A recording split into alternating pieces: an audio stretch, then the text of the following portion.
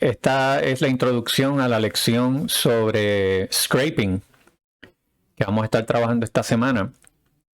El scraping es una técnica para recopilar datos de la web y la idea detrás de la técnica es precisamente, ¿verdad?, utilizando la analogía, raspar un poco el contenido que hay en la web para convertirlo en datos utilizables.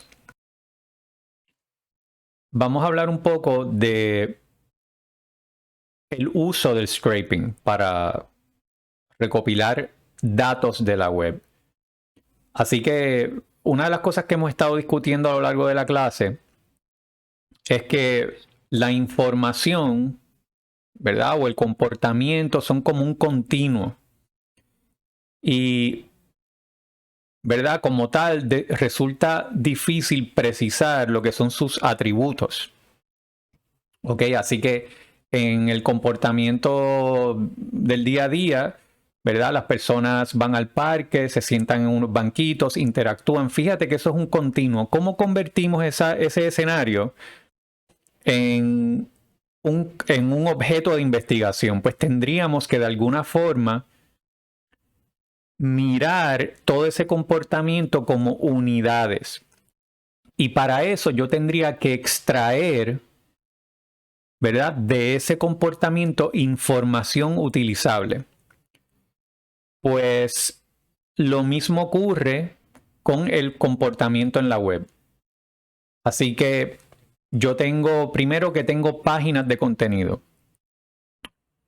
Los resultados de búsqueda de Google son un continuo de contenido en el sentido de que tengo toda esta información desplegada a lo largo de unas páginas.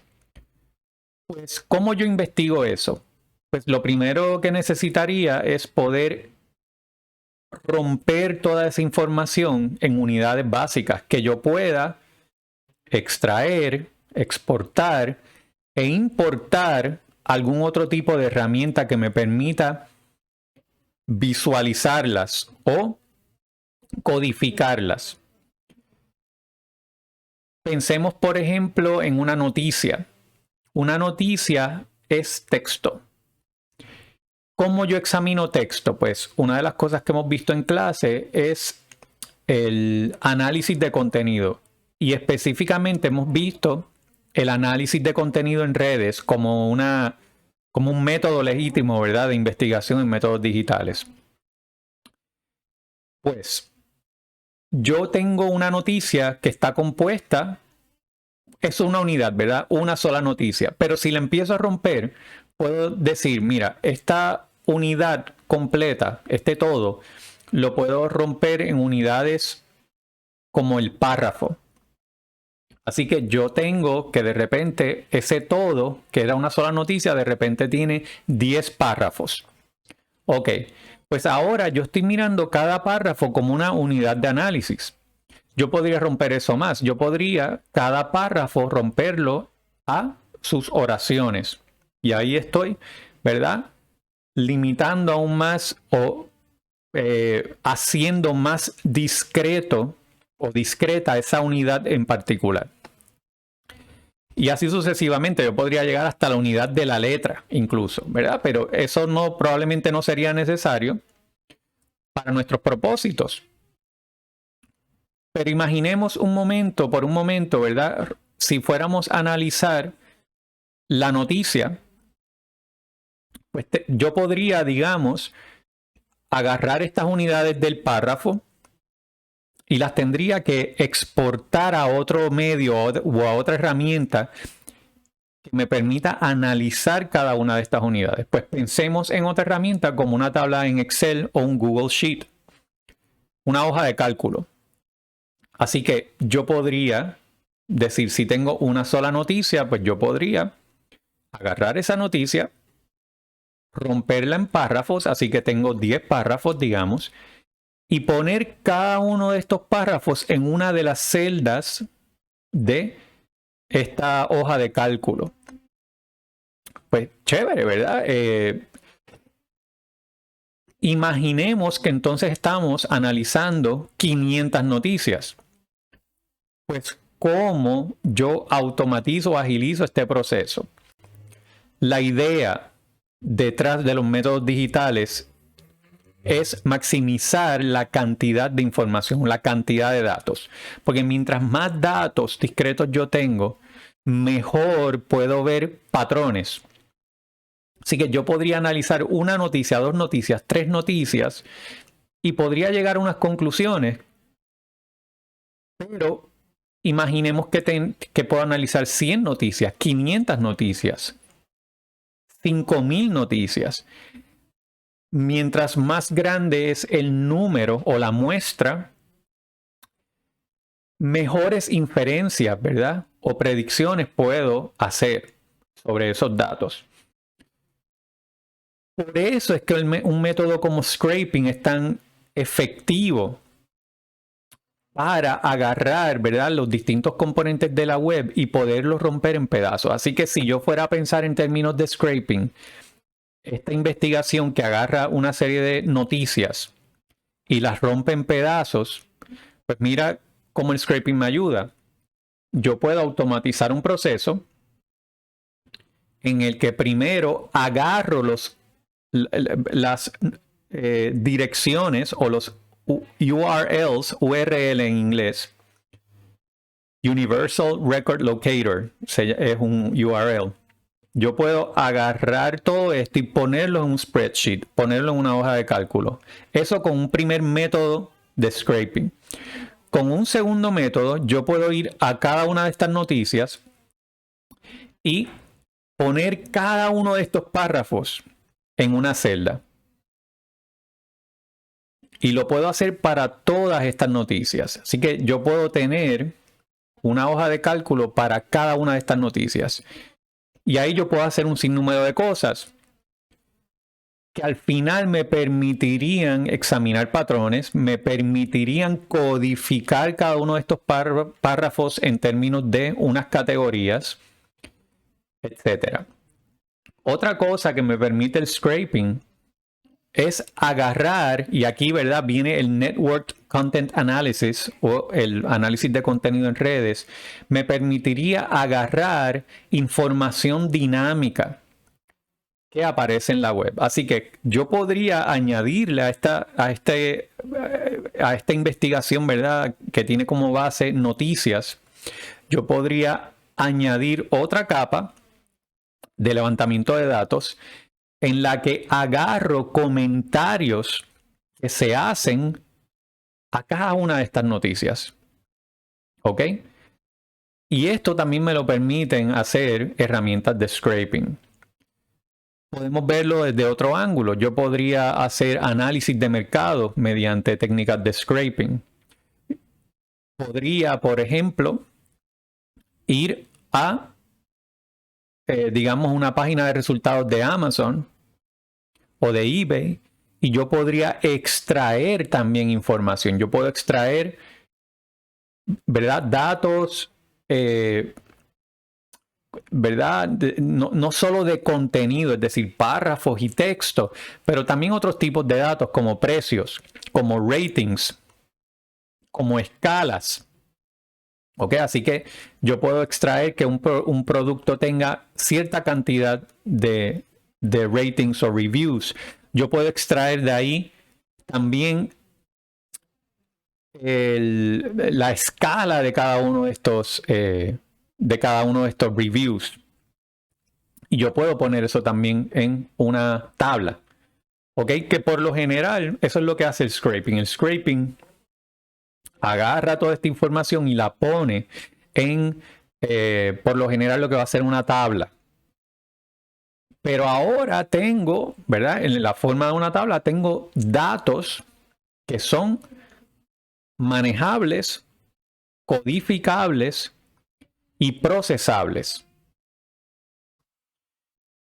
Bien, vamos a mirar este asunto del scraping con mayor detenimiento. ¿Verdad? Como habíamos dicho anteriormente, el web scraping es una técnica para agarrar contenido. Bien, y ese contenido lo estamos convirtiendo en datos. Y le estamos añadiendo el componente de que hacemos esto de forma automatizada. ¿Ok? Pero la idea detrás, fíjate, muy sencilla. Es copy-paste. Copy información de la web, copias información y la pegas en otro lugar. Esa es básicamente la lógica, claro. Como los datos que aparecen en la web son datos dinámicos y son masivos, pues vamos a necesitar, ¿verdad? Digamos, añadir capacidades a esta idea básica del copy and paste. Tenemos que entender que, ¿verdad? Nosotros vemos un contenido en la web y ese contenido pues tiene una serie de elementos. Tiene, por ejemplo, texto, tiene vídeo, puede tener datos numéricos, ¿verdad? Pero también tiene color, también tiene imágenes, también tiene diseños, ¿ok? Todo esto, ¿verdad? Está estructurado dentro de un lenguaje de presentación. ¿Ok? Así que vamos a entender todo lo que vemos en la web como datos estructurados o structured data. Y esta estructura no se ve a simple vista. Yo les digo, ¿verdad? Que esto es lo que está debajo del bonete. Cuando abrimos el carro, ¿verdad? Y realmente vemos el motor, ahí es que comenzamos a ver los distintos componentes.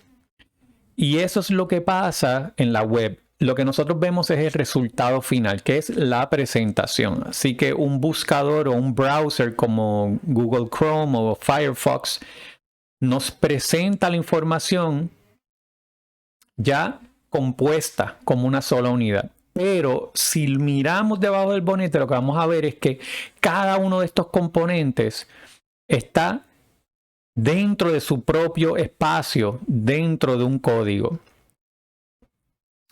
Así que el color de una página web se especifica de una forma. El contenido en texto se especifica de una forma. El contenido en imagen o en vídeo se especifica de otra forma. ¿Ok? Así que, en términos generales, la estructura de una página web ocurre mediante HTML, que es el código de presentación de la información en la web. Para propósitos del scraping, resulta importante tener un entendimiento de este código HTML que está debajo del bonete. Y aquí te tengo, ¿verdad? Una imagen con un pequeño diagrama, ¿verdad? Muy simplificado de cómo interactúa el código HTML con cómo se estructura y se presenta la información de una página en la web, en un buscador. Así que, por ejemplo, ¿verdad? Estás viendo mi cursor. Comenzamos, ¿verdad? Con toda esta información en corchete. Todo lo que aparece, ¿verdad? De forma jerárquica en este código especifica, ¿verdad? Cómo se despliega la información en la página. Así que aquí tenemos el primer corchete HTML, ¿verdad? Esto especifica que está comenzando un código de HTML. Aquí tenemos lo que se conoce como un comentario.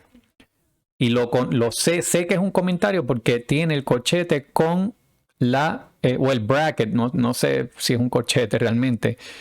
Y está especificado con un signo de exclamación. Y ya yo sé que esto es un comentario. Y fíjate lo que va a ocurrir ahora. Viene lo que se conoce como un div. Div de división o division. Fíjate lo que está pasando aquí en este pedacito de código. Yo tengo un div que abre y que cierra. Esta diagonal aquí indica que cierra ese contenido. Y dentro de ese div, podemos imaginar el div como una caja. Dentro de ese div, yo tengo una imagen. Y lo sé porque dice IMG, de image. SRC es source, image. Source, y aquí pongo dónde se encuentra esa imagen. ¿Ok? Puede ser un URL de la web, puede estar dentro de la estructura interna del website, etc. Ahora, quiero que veas cómo se refleja esto acá en la página. Así que este rectángulo ejemplifica, ¿verdad?, lo que sería la imagen, como la vemos en la web. Pero aquí superimpongo el código para que veas cómo, ¿verdad?, esto se presenta en la página. Así que tengo mi div, mi división, que tiene, en este caso, la imagen contenida dentro. Si miramos, ¿verdad?, el próximo recuadro, tengo otro div, pero en este caso ahora tengo otro tipo de información. Tengo información textual. El H2 es un heading de categoría o jerarquía 2. Fíjate que esto es como el estilo APA, que APA te pone headings. Así que tengo 1, 2, 3, 4, 5, etc. Pues en la web pasa lo mismo. En este caso tengo un heading de tipo 2, era un titular, y debajo tengo texto. Y ese texto está dentro de un elemento de P, que es de párrafo, paragraph. P, párrafo. ¿Ok? Así que aquí, fíjate cómo esto está contenido dentro de este otro div, que es como otra caja. Y aquí tengo una caja que es mucho más compleja, porque tengo cajas dentro de cajas, es decir, tengo un div dentro de un div. Mira cómo se estructura en el diagrama.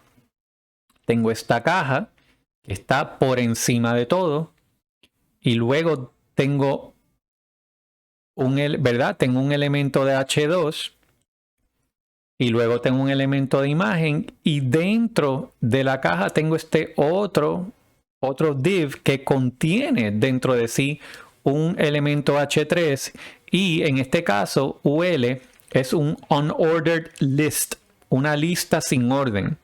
Básicamente estos son bullets.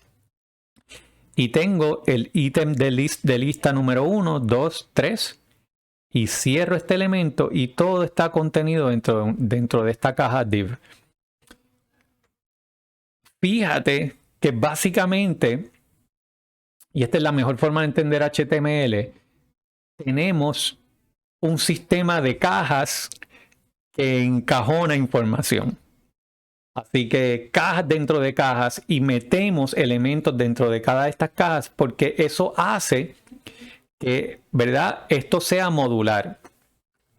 Esto no es tan importante para nosotros en términos de scripting, pero para que entiendan, yo utilizo otro, ¿verdad? Hay otro lenguaje, ¿verdad? No son lenguajes de alto nivel de programación, pero tengo lo que se conoce como Cascading Style Sheets o CSS.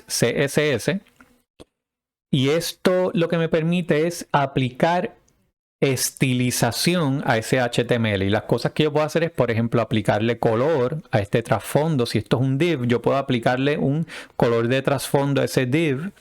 Pero también yo puedo mover, yo puedo mover estas cajas, ¿verdad?, dentro de las estructuras. Por ejemplo, ustedes ven que aquí yo tengo un div primero y otro div segundo. Pues técnicamente, si no le estoy aplicando un estilo, yo debería tenerlo jerárquicamente, en orden. El primero que se menciona y el segundo debajo. Pero cuando yo le aplico CSS, yo puedo hacer que este div, ¿verdad?, que tiene el titular y el párrafo, se mueva hacia la derecha de este otro div. ¿Ok? Esto es solo, ¿verdad?, para que tengan ese entendimiento de lo que es HTML.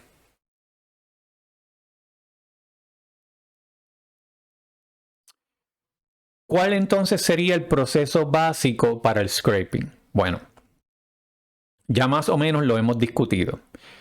Primero necesitamos una aplicación o una función, ¿verdad? O un software, un script, que pueda examinar sistemáticamente una página web. Esto es lo que se conoce como crawling, ¿verdad? Todos estos son neologismos que vienen del inglés, ¿verdad? Google y todas estas compañías se han encargado de esto. Así que, ¿verdad? Eso es lo que supuestamente hace Google. Esa es la analogía que utilizamos, que Google tiene como unas arañas o spiders o crawlers que van, ¿verdad? Y van husmeando por la información, crawling. Así que primero tenemos este programado o función. Y esto lo que hace, esta aplicación, agarra la información especificada, es decir, es una información particular y la agarra mediante unos parámetros específicos. Así que eso significa que si yo voy a una página web, digamos una noticia del Nuevo Día, pues yo especifico qué contenido de esos datos estructurados de la página, qué contenido se va a agarrar, de qué forma, con cuánta frecuencia, etcétera. Y el próximo paso sería que entonces esta aplicación almacena la información recopilada en un formato que podamos entender, que podamos, ¿verdad? Y mediante el cual se puedan procesar estos datos. Pues esto puede ser, ¿verdad? Una tabla es CSV, comma, separated value. Y este es el formato general que lee una hoja de cálculo como Excel o Google Sheets. Pero también lo puedo tener en formato de Excel como tal, o lo puedo tener en HTML.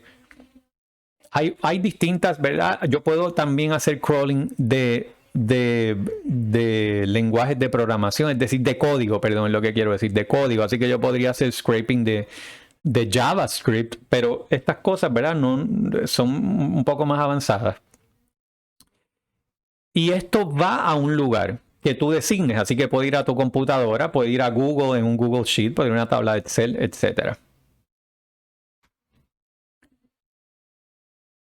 Vamos a mirar los pasos básicos. Esto puede ser una receta, un algoritmo, ¿verdad? De cómo puede ocurrir un proceso de scraping. Así que lo primero es que el software inspecciona los elementos de HTML de una página. O tú, perdóname, en este caso no es el software. Tu primer paso es que tú, ¿verdad? Tú inspecciones los elementos de HTML de una página.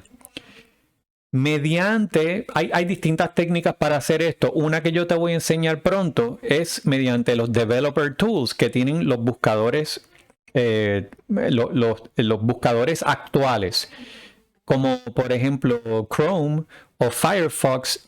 Tienen unas herramientas que te voy a enseñar a utilizar que te ayudan a inspeccionar la estructura en HTML de la página a medida que miras la página como tal, ¿ok? Y vas comparando dónde está cada elemento, ¿verdad? Este es el primer paso. Luego vas a determinar cuáles son los identificadores de esos elementos que te interesan extraer. Así que si tú quieres extraer el URL de una imagen o si quieres extraer párrafos de una noticia, pues tienes que entonces entender dónde se encuentra, ¿verdad? Ese elemento en el código de HTML. Y no solo eso, cómo se llama ese elemento en ese código en particular. Así que algo que vamos a aprender próximamente es que yo puedo tener clases o identificadores para elementos. Recuerda, ¿verdad? Vamos a regresar un momentito aquí a nuestro diagrama de HTML. Fíjate que yo tengo este div, ¿verdad? Que tiene una imagen. Yo a este div le podría poner un nombre. Porque imagínate, en una página HTML va a tener un sinnúmero de divs. Si yo quiero identificar cada una de estas cajas para poder hacer cosas con ellas, pues yo puedo asignarle un nombre. Y ese nombre puede ser más genérico o más específico. Un nombre genérico puede ser una clase.